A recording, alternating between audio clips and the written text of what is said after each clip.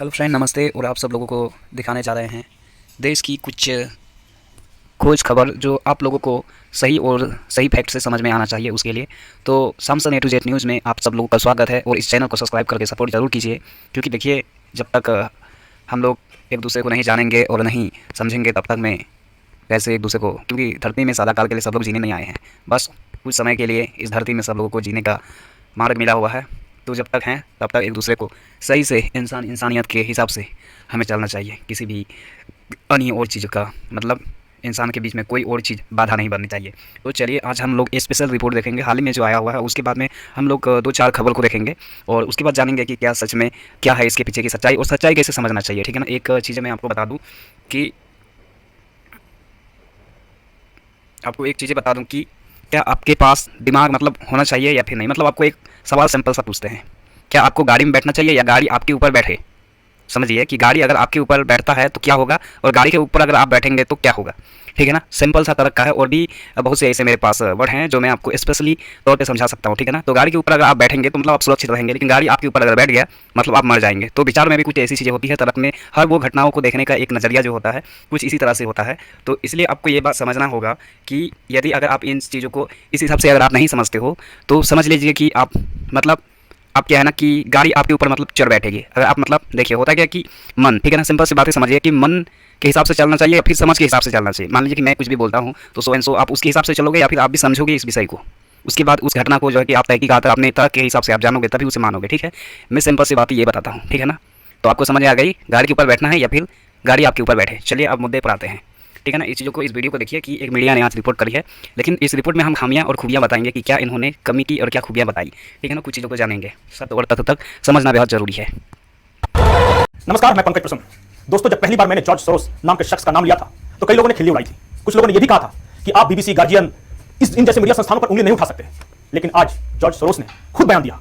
वो बयान हम आपको सुनाएंगे, लेकिन वीडियो के अंत में लगाएंगे क्योंकि वो अंग्रेजी में है और बोरिंग हो जाएगा। उस बयान में जॉर्ज सोरोस ने कहा है कि अडानी और मोदी एक दूसरे के साथ इनका संबंध है, ऐसा संबंध जो कि टूट नहीं सकता।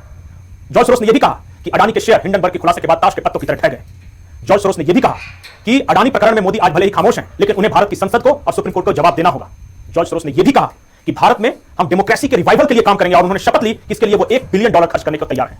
अब एक यहूदी भारत में सत्ता परिवर्तन के लिए $1 बिलियन क्यों खर्च करेगा? और ये जॉर्ज सोरोस है कौन सा शख्स? ये वो शख्स है जिसने बैंक ऑफ इंग्लैंड को 24 घंटे के लिए धराशायी कर दिया था। ये ऐसा शख्स है जिसे स्कॉटलैंड की सरकार ने इकोनॉमिक टेररिज्म फैलाने वाला सबसे बड़ा चेहरा बताया था। ये एक ऐसा शख्स है जिसकी एंट्री पर दुनिया के 3 देशों में प्रतिबंध है। अगर भारत की बात करें तो जो रोहिंग्या भारत में आते हैं उन्हें लीगल मदद पहुंचाने वाला शख्स है जॉर्ज सोरोस। जॉर्ज सोरोस वो शख्स है जिसने राफेल डील के दौरान दुनिया भर में भारत सरकार के खिलाफ दुष्प्रचार फैलाया। जॉर्ज सोरोस वो शख्स है जिसने कश्मीर के मुद्दे पर इमरान खान से मुलाकात की। और जॉर्ज सोरोस वो शख्स है जिसने सीएए का खुलकर विरोध किया। और आज जॉर्ज सोरोस वो शख्स है जिसने भारत के सबसे बड़ी कॉर्पोरेट कंपनियों में से एक अडानी के खिलाफ जंग छेड़ने का ऐलान किया है। लेकिन यह कहानी पुरानी है। नई कहानी यह है कि भारत के कुछ बहुत बड़े नेताओं के संबंध जॉर्ज सोरोस से हैं और रहे। क्या है? 26 मई 2009 जॉर्ज सोरोस से उन्होंने मुलाकात की और 2 दिन बाद यानी 28 मई 2009 वो भारत के विदेश राज्य मंत्री बन गए। खुलासा नंबर 2, आप में से बहुत कम लोगों ने फौरी नेहरू का नाम सुना होगा। FORI, फौरी नेहरू। फौरी नेहरू इंदिरा गांधी के कजिन थे, बीके नेहरू। इनकी यहूदी पत्नी थी, वो इजराइल से थी, लेकिन बीके नेहरू जब इंदिरा गांधी सरकार के समय अमेरिका में भारत के एम्बेसडर थे, उस दौरान उन्होंने फौरी नेहरू से शादी कर ली थी। बड़ा खुलासा यह है कि फौरी और जॉर्ज सोरोस एक दूसरे के संबंधी हैं। आजकल दोनों हंगरी में रहते हैं और जॉर्ज सोरोस खुलेआम कहते हैं कि दुनिया में मेरे अगर कुछ बेहतरीन मित्र, अंतरंग संबंध वाले मित्र कोई हैं तो उनमें से एक फौरी नेहरू है। खुलासा नंबर 3, आपको पता होगा कि 21 मई 1991 को राजीव गांधी की हत्या हुई थी। 1 महीने बाद भारत में एक एनजीओ रजिस्टर्ड हुआ, राजीव गांधी फाउंडेशन। यह 1992 में हुआ। 1993 में राजीव गांधी फाउंडेशन का एक ब्रांच लंदन में खोला गया और जिस वक्त लंदन में राजीव गांधी फाउंडेशन का ब्रांच खोला जा रहा था, उसी वक्त न्यूयॉर्क में जॉर्ज सोरोस ने अपना एनजीओ रजिस्टर करवाया जिसका नाम था ओपन सोसाइटी फाउंडेशन। अब रेडिफमेल.com एक न्यूज वेबसाइट है, उसकी रिपोर्ट की माने तो उस दौरान सोनिया गांधी और जॉर्ज सोरोस के बीच कई दौर की बातचीत हुई थी लंदन में और न्यूयॉर्क में। और फिर एक और एनजीओ का रजिस्ट्रेशन करवाया गया जिसका नाम था the forum of democratic leaders in the Asia Pacific, FDLAP। आपको जानकर हैरानी होगी कि ये जो forum of democratic leaders of Asia Pacific यानी FDLAP है, इसके जो 4 डायरेक्टर हैं उनमें से एक सोनिया गांधी है। बजाता उसके वेबसाइट पे लिखा हुआ है सोनिया गांधी। और ये the forum of democratic leaders and Asia Pacific, इस एनजीओ ने खुलेआम ऐलान कर रखा है कि उनका अल्टीमेट गोल, अंतिम लक्ष्य भारत प्रशासित कश्मीर की आजादी है। अब आप सोचिए, जिस एनजीओ का लक्ष्य भारत से कश्मीर को अलग करना है, उसकी प्रेसिडेंट में सोनिया गांधी का नाम है। एक चाइना के भी शख्स हैं, उनका भी नाम है, और वो वही शख्स हैं जिनके साथ राहुल गांधी ने मुलाकात की थी। एक और बड़ा खुलासा, जब 2004 का जो चुनाव हुआ उसके बाद सोनिया गांधी ने यहां बनाई NAC, national advisory council, national advisory council में दो शख्स थे, हर्ष मंदर और अरुंधति राय। ये दोनों शख्स उस वक्त जॉर्ज सोरोस फाउंडेशन के लिए काम कर रहे थे। आरटीआई द्वारा जानकारी मांगी गई, लेकिन 2004 से 2014 के बीच सोनिया गांधी की विदेश यात्राओं का कोई ब्यौरा नहीं है। कुछ कुछ बातें समझ में आ रही है कि संबंध कहां से और कैसे कैसे है। नटवर सिंह, विदेश मंत्री भारत के, उन्होंने बयान दिया है कि यूपीए सरकार के दौरान सीआईए का दखल लगभग सभी मंत्रालयों में था। यह है असली खुलासा। आज फिर हंसिए और फिर भविष्य में यह बात सामने आएगी, क्योंकि हम समाचार प्लस गोरों की कही बातों को अंतिम सत्य नहीं मानते। सब अपने मकसद के लिए, कोई $1 बिलियन अमेरिकन डॉलर यूं ही भारत पर खर्च नहीं कर रहा, उसका कुछ मकसद होगा। ये रॉकफेलर फाउंडेशन, ये जॉर्ज सोरोस, ये पुलित्जर फाउंडेशन, इनके करोड़ों अरबों रुपए भारत में आ रहे हैं अलग अलग एनजीओज के जरिए। और वो इन्वेस्ट कहां कर रहे हैं? लगभग, आप डिजिटल शूटर्स एक नाम दिया गया है इंटरनेशनल मैगजीनों में, इंटरनेशनल मीडिया में आप जाएगा तो डिजिटल शूटर्स होते हैं। भारत में जो डिजिटल शूटर्स की भूमिका है, the Wire, Alt News, the News Minutes, इस तरह के कम से कम 12-13 ऐसे वेबसाइट्स हैं जिनका सीधा संबंध George Soros, Ford foundation, Rockefeller foundation इत्यादि इस तरह के लोगों के साथ है। ये तो थी राष्ट्रीय खबर। अब आते हैं झारखंड पे। झारखंड में 2025 तक हर गरीब को हम घर दे देंगे। और कॉलेज की छात्राएं हैं, माताओं बहनों फिर से ताली बजाना। कॉलेज की छात्रा को मुफ्त में स्कूटी देकर हमारे देश में मुफ्त की रेवड़ी बांटकर वोट बटोरने का कल्चर लाने की भरसक कोशिश हो रही है। ये रेवड़ी कल्चर देश के विकास के लिए बहुत घातक है। और आप बेवकूफ थोड़ी ना है। तो फ्रेंड, आप लोगों ने सुना कि ये किस तरह से मतलब बयानबाजी करके बताते हैं, और इन्होंने जो कुछ बताया है इन विषय में कितना सत्य और तथ्य है, जब तक ये दोनों तरफ से बारीकी से दोनों पक्ष से अगर ये चीज़ें अगर तर्क के हिसाब से अगर नहीं रखा जाए तो ये मुद्दा आप खुद बताइए, क्या ये जायज़ बता रहे हैं या फिर नाजायज़ बता रहे हैं।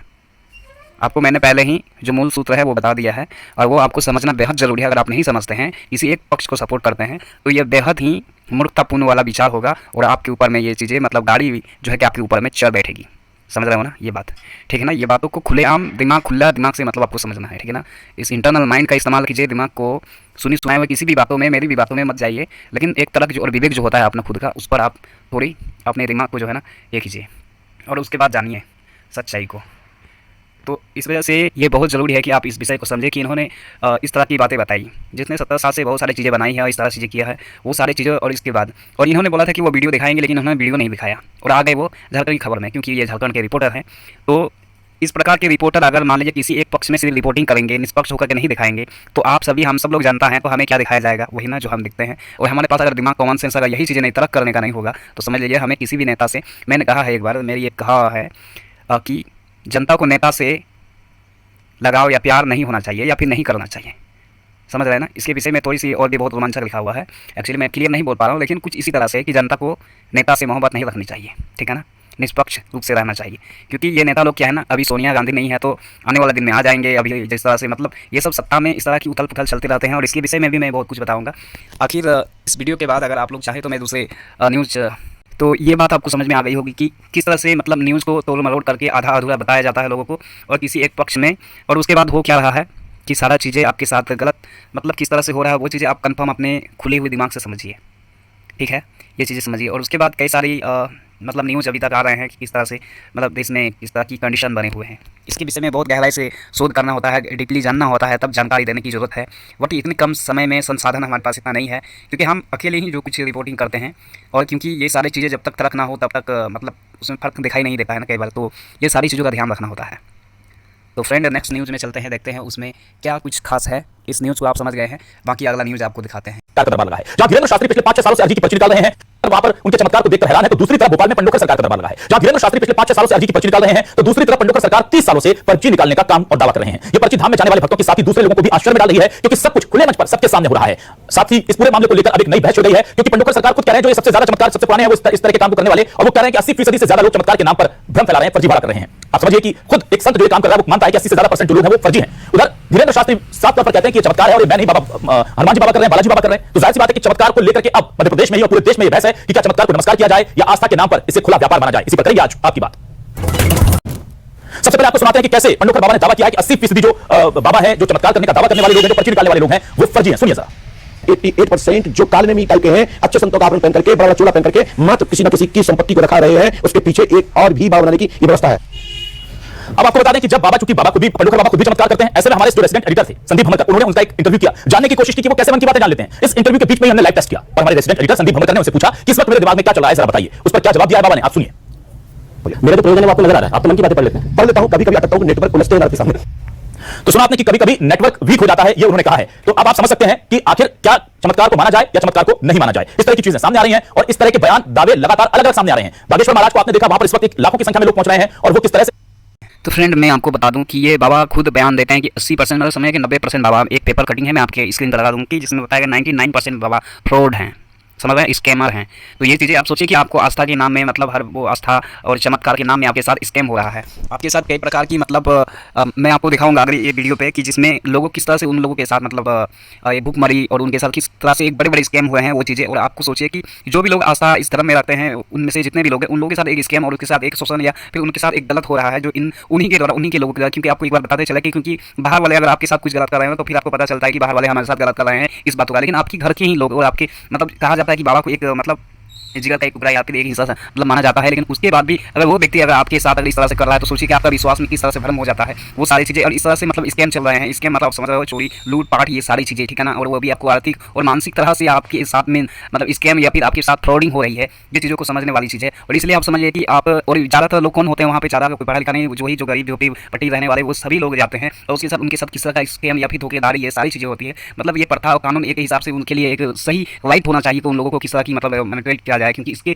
वजह से कई बार लोगों की मृत्यु हो रही है। और मैं आपको दिखाऊंगा बागेश्वर जो बाबा हैं उसके ही पंडाल में जो है कि अंतर्यामी बाबा जो सबकी पर्ची मतलब बिना बताए ही लिख देते हैं, उन अंतर्यामी बाबा के ही पंडाल में जाकर के लगभग एक महिला की मतलब मौत हो जाती है और उससे पहले भी एक की मौत हुई है, अगर होगी स्क्रीन पे मैं लगा दूंगा वो चीज़ें। और इस तरह से मतलब हो जा रही है और उसके बाद लोगों के साथ किस तरह से मतलब ये स्कैम हो रहा है। और हाल ही की बात है, मैं आपको अगली वीडियो दिखाता हूँ, उसमें आपको दिखाता हूँ कि किस तरह से मतलब लोगों को भीड़ में बुला करके उनके साथ किस तरह से प्रताड़ित या फिर उनको किस तरह की प्रॉब्लम या फिर परेशानी झेलने पड़े हैं, मैं आपको वीडियो में दिखाने की कोशिश करता हूं। चलिए देखते हैं। तो फ्रेंड इस वीडियो को देखिए, इस वीडियो में वही स्कैम के बारे में मैं आपको बता रहा हूं जो रुद्राक्ष को लेकर के बाबा की हर वो तंत्र मंत्र का विद्या को लेकर के जो लोगों के साथ स्कैम हो रहा है वो चीज़ों को मैं साफ तौर पर आपको दिखाता हूँ। आप देखिए इस वीडियो को, ठीक है ना। इस वीडियो को आप देखिए, उसके बाद आपको पता लगेगा कि किस तरह से लोगों के साथ, आप लोगों के साथ मतलब हमारे जितने भी लोग हैं उनके साथ स्कैम हो रहा है, ठीक है ना।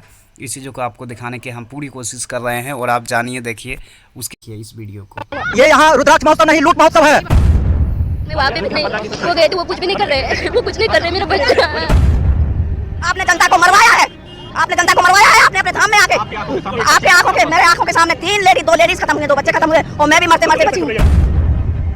आप देख सकते हैं लोग भूख प्यास की वजह से जो किसानों के खेत है उस पर टूट पड़े हैं और ये चने का खेत है, लोग ये चना उखाड़ करके और अपनी भूख जो है मिटा रहे हैं। ये वो लोग हैं जो रुद्राक्ष लेने के लिए सीहोर के कुबेरेश्वर धाम पहुंचे हैं।